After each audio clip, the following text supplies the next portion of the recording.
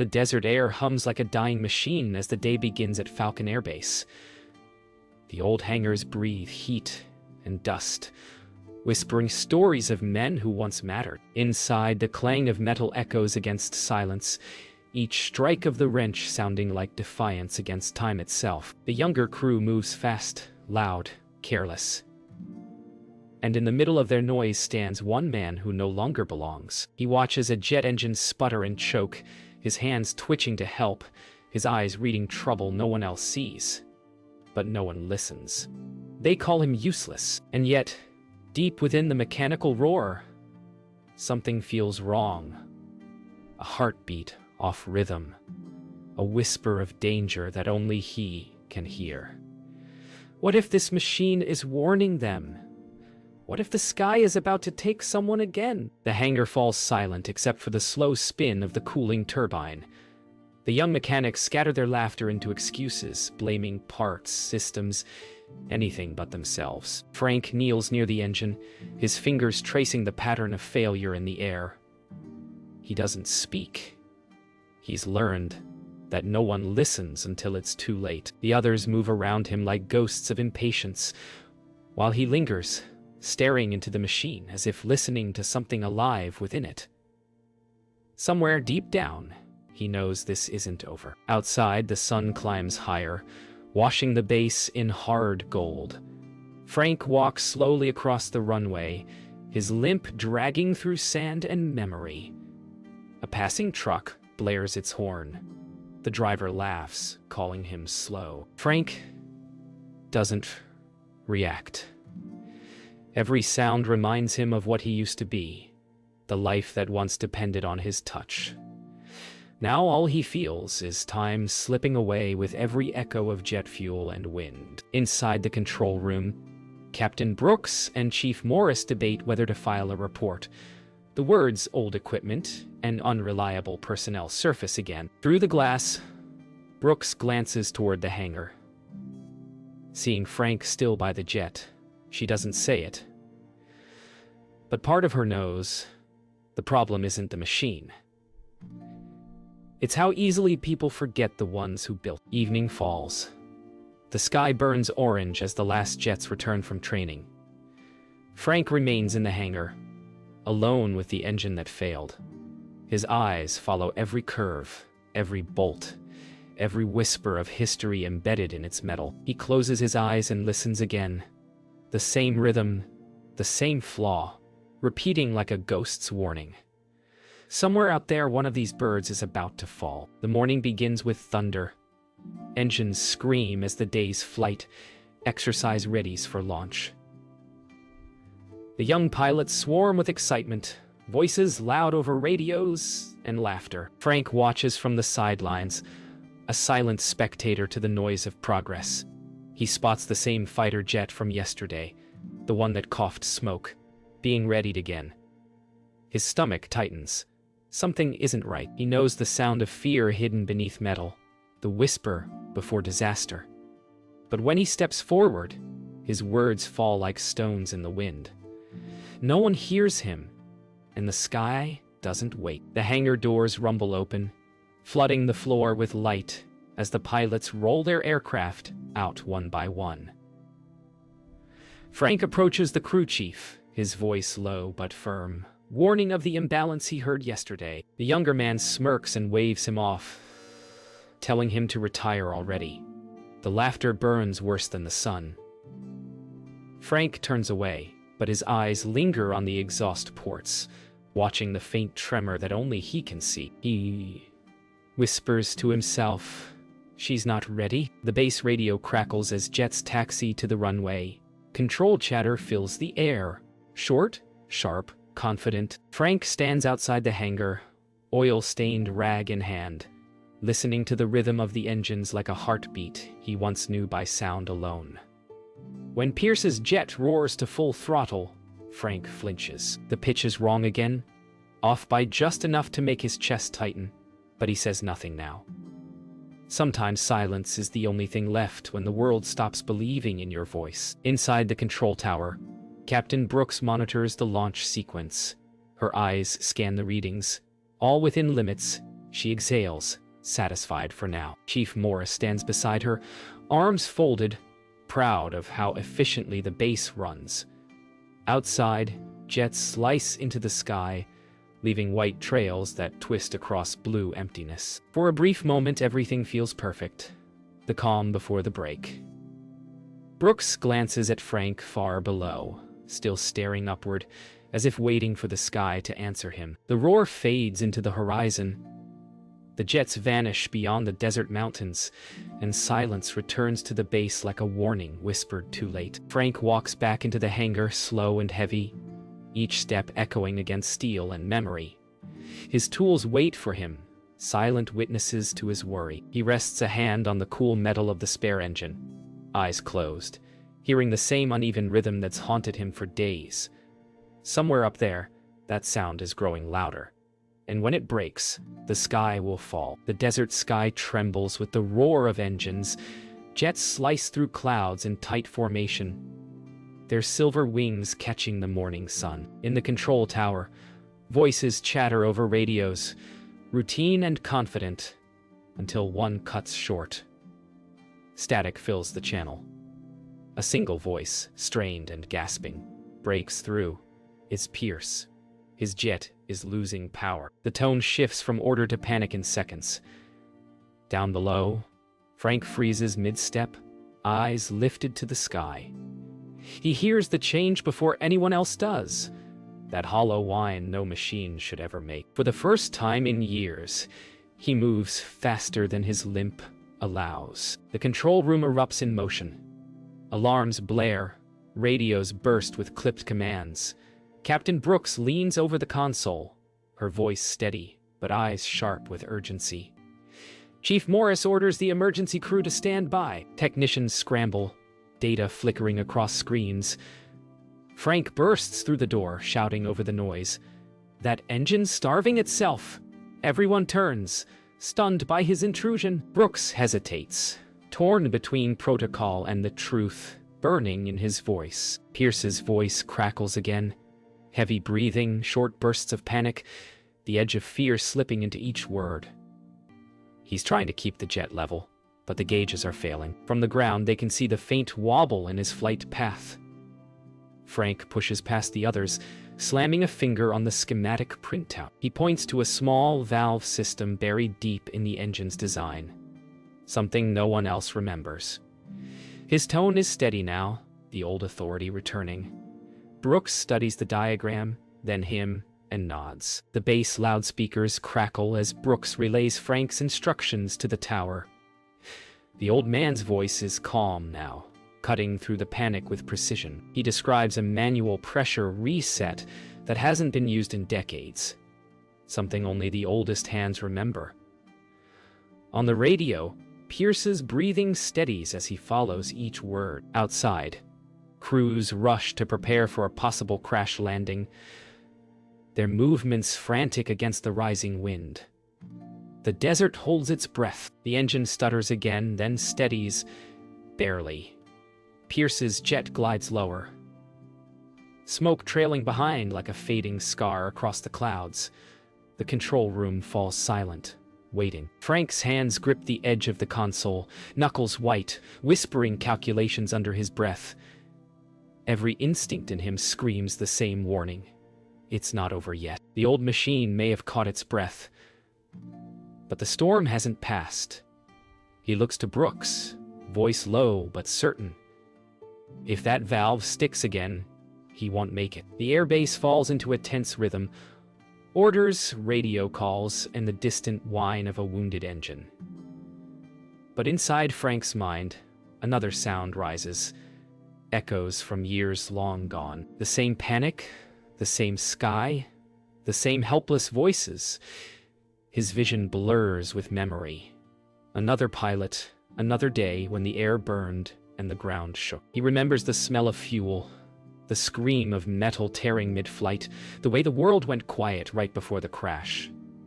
His chest tightens as if time has folded back on itself. He had sworn never to live that moment again, but the past never really leaves a man like him. He remembers the pilot's name, one he's never spoken since.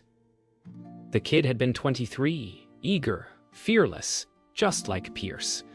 Frank had begged command to ground the flight, but orders won. When the jet fell, he was the one who picked through the wreckage, finding what was left of a man who trusted his work. That memory has haunted every sunrise since. Now, standing at the same base years later, he realizes history has looped back. The same mistake, the same arrogance, waiting to break another man. The sound of engines snaps him back to the present. Brooks calls for updates, her voice sharp through the intercom. Frank straightens, jaw tight. He knows what must be done. He grabs a grease-stained binder, his old maintenance log, filled with handwritten notes from another era. Within those pages lies the fix that saved one life long ago. He moves quickly now, pushing past stunned technicians, flipping through diagrams until his fingers stop on a smudged sketch of the same valve system. It worked once, he mutters. It'll work again. He kneels beside an old training engine, tools scattered around him like relics of a life spent in service. Every motion is muscle memory. Steady, exact, unhurried. He rebuilds the bypass valve from spare parts, muttering calculations under his breath.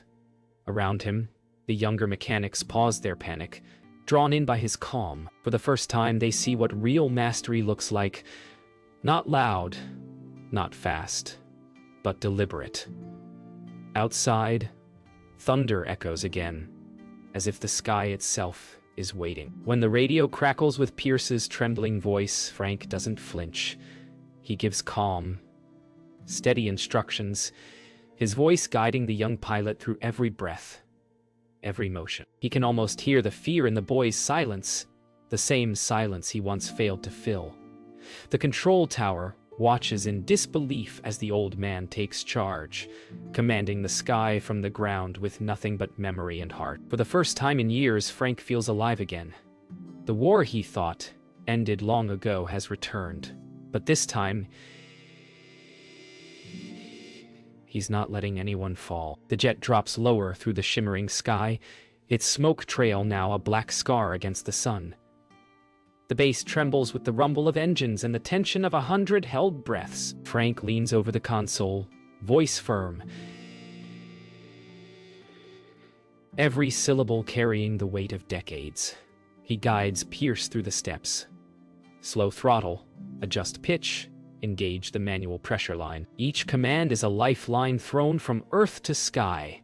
Brooks watches, silent, her knuckles white against the edge of the control panel. The desert wind howls outside as if echoing the chaos above. On the runway, emergency crews stand ready, faces shadowed under helmets, engines idling. Sirens wail faintly in the background, a ghostly chorus beneath the roar of the sky. Frank's words spill through the radio, calm, sure, unwavering. He knows the exact sound of death approaching, and he refuses to hear it again. The crew listens to his voice with growing trust, following his every instruction. For the first time, the old mechanic commands the whole base, and this time, no one laughs. In the sky, Pierce fights the stick, sweat dripping down his face as alarms flash around him. His breathing is ragged, his voice breaking between static bursts. Frank's calm directions flow steadily through the comms. "Don't fight her," he says softly. "Let her glide." The silence between words feels endless, stretching across distance and fear. Down below, Brooks closes her eyes as she listens, hearing not a man giving orders, but a mentor saving a life. Frank steps back from the console, watching the radar blip flicker uncertainly across the screen. Each second feels stolen. The hangar crew gathers behind him, their earlier doubt replaced by awe. He mutters under his breath, counting the rhythm of the engine, the sound only he seems to hear. Then, for a heartbeat, the static clears, and Pierce's voice returns, steady now. "Pressure's holding," he says. Relief floods the room, but Frank's face remains still. He knows how fragile hope can be when the sky decides otherwise. Outside, the jet appears at last, gliding low, smoke thinning as it circles the base. The radio carries Pierce's strained but hopeful tone. Brooks exhales, whispering a prayer under her breath. Frank lowers his headset, eyes never leaving the aircraft. He doesn't cheer, doesn't smile. He's seen too many near miracles die in the last second. Instead, he walks to the edge of the runway, the desert wind pulling at his coveralls, his gaze fixed on the wounded bird above. One last adjustment will decide if this ends in triumph or fire. The jet descends in a shallow arc, its engines coughing like a dying animal clinging to life. The entire base holds its breath. Frank's voice cuts through the radio again, low and firm, carrying a quiet authority that even fear obeys. He instructs Pierce to switch to the backup line, to release the pressure valve just half a turn. Every word feels like a prayer disguised as mechanics. The jet jolts, steadies, then roars back to life, a weak but living sound. In that moment, the desert air feels holy. The forgotten man just pulled life from metal. Inside the control room, silence turns into stunned murmurs. The warning lights fade one by one. Captain Brooks exhales, lowering her headset, eyes glistening. Chief Morris stands frozen, the weight of realization pressing down on him. The man they called obsolete just saved the mission, the pilot, the pride of the base.